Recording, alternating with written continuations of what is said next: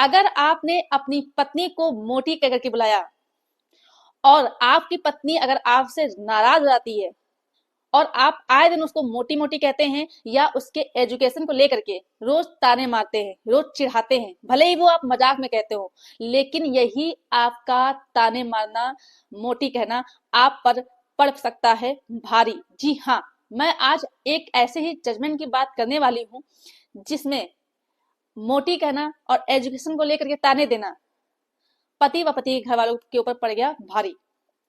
और अगर आप भी ऐसा करते हैं और आपकी पत्नी अगर आपसे नाराज हो जाती है और आपके ऊपर इस चीज को लेकर के केस करती है 498A का या फिर नए कानून के तहत, तो आपको सजा हो सकती है। तो ये वीडियो बहुत ही ज्यादा महत्वपूर्ण है।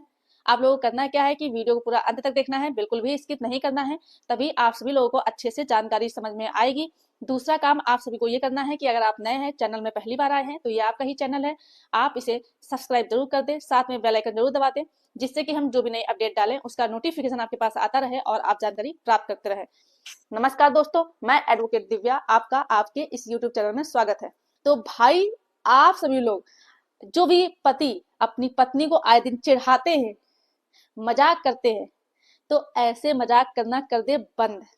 क्योंकि अगर आपकी पत्नी आपसे नाराज हो गई और उसके पास कोई प्रूफ हुआ और वो अगर आपके ऊपर 498A का केस कर देती है, तो आपको सजा हो सकती है। जी हाँ, ऐसा ही एक हाल ही में केस आया है, जजमेंट आया है। इसमें होता ये है कि पत्नी अपने पति के ऊपर, अपनी भाभी यानी कि जो जेठानी होती है उनके ऊपर, साथ में पति के जो माता पिता होते हैं उनके ऊपर 498A का केस करती है, जिस पर भाभी अपनी बात रखती है।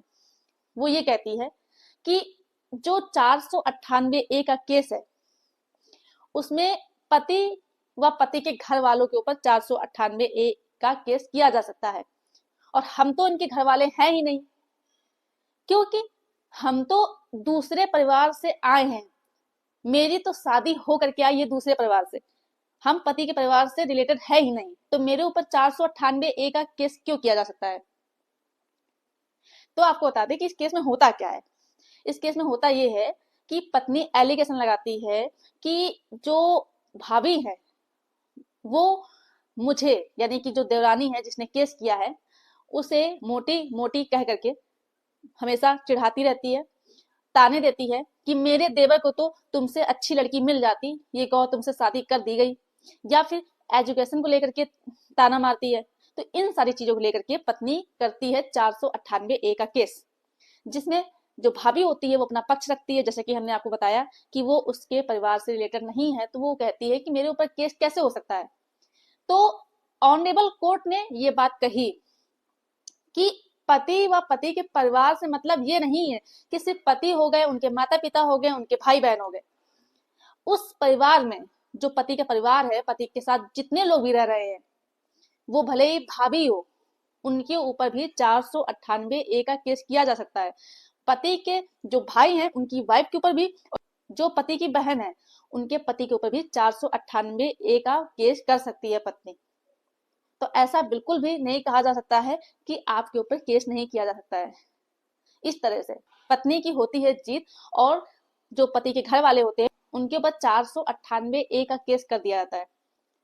तो ये जो केस है, इस केस का नाम है निमिजा बनाम स्टेट ऑफ केरला। तो अगर आप भी अपनी पत्नी को भले ही मजाक में चिढ़ाते हैं, मोटी कहते हैं, पतली कहते हैं, सूखी कहते हैं, छिपकली कहते हैं, तो ये सारे शब्द यूज करना बंद कर दीजिए।